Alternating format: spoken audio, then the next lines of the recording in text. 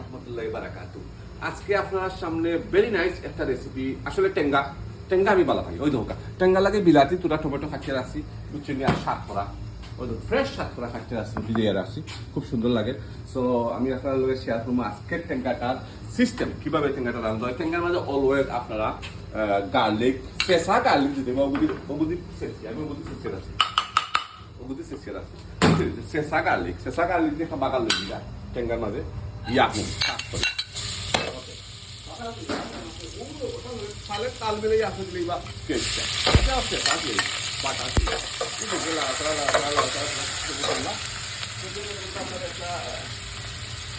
একটু পেঁচটা ব্রাউন হয়ে যাইব, গোল্ডেন কালার হয়ে যাব, তখন আমি অন্য একটা খাই দিই।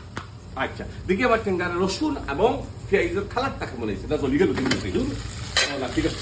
ওই দোকা কালারটা কত সুন্দর একটা গোল্ডেন কালার হইয়া আইওর আরো মনে করো 20 সেকেন্ড আলু খাম হয়ে দিয়েছে। এই 20 সেকেন্ড আলু দিয়েছে ওই গেলে এরপরে যেটা আমি কেন মানে দিয়া দিব আপনার এই দেখো কাপ শাক করাটা আছে না, শাক করাটার একটু সিফিয়া দিয়ে রাখবা, সিফিয়া দিবা, সেইটা তিতা বিতা একটু মরি যাই যায় সেদিকে ওই বাসায় একটু বাসায় হয় ও মাই দিব ঠাস করি শাক করা, বুঝছেন। শাক করাটা দিলাম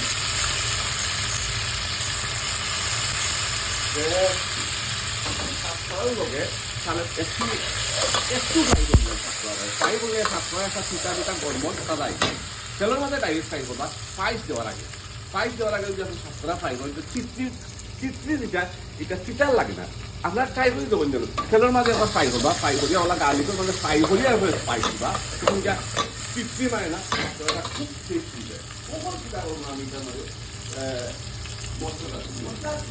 সামান্য একদারা মরিচ ঢুকা, সামান্য একদারা মরিচ এবং যেটা আমি অল্প সময় করি ইয়েলো রাইস সামান্য একদারা মরিচ দিয়া একটা রেখে পুরো ইয়েকারা ইয়ে একটু মজাই নিবা, বালা থেকে মজাই নিবা, ভেরি নাইস করে মজাই নিবা, বুঝছেন। কালারটা কি লাগে মজানির সময় যাহাতে আর একটু লং টাইম মজানি যাইলে সামান্য একটা পানি দিব, এটার মানে পানি দিব মজাই 10 মিনিট মনে মজানি করে অন্যান্য জিনিস নেই। আমার মশলাটা মজিয়ে দিতে মনে হয় ওই তো কখন সেটা আনসার মতো লবণ দিব, কখন লবণ যদি পরে টেস্ট করে দেখবো, যদি লবণ কম হয় তাহলে আমি আপনারা 1 কেজি মাছ যদি মনে করি লবণ বেশি হয়ে গেছে আমি লবণটা কমাই দিব, বুঝলেন।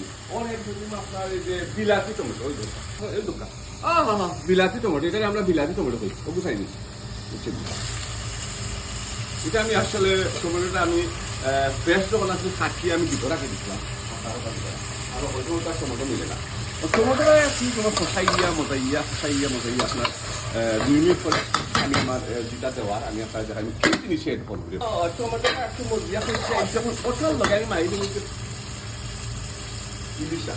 ইলিশার মাথা, ওই ধোকা পদ্মার ইলিশা না, এটা হলো চাঁদপুরের ইলিশা, ছোট ইলিশা, অত বড় কিছু নাই ভাই। সকল সময় ইলিশা পাওয়া যায়, সুন্দর করে নাইস করে ক্লিন করবা, ক্লিন করিয়া দই হইয়া 2 পিস করিয়া চাই দিন ওই দুটা আপনারা 6 পিস করে 8 পিস করে দামি হয়ে যাবে, 2 পিস করে ঠিক আছে।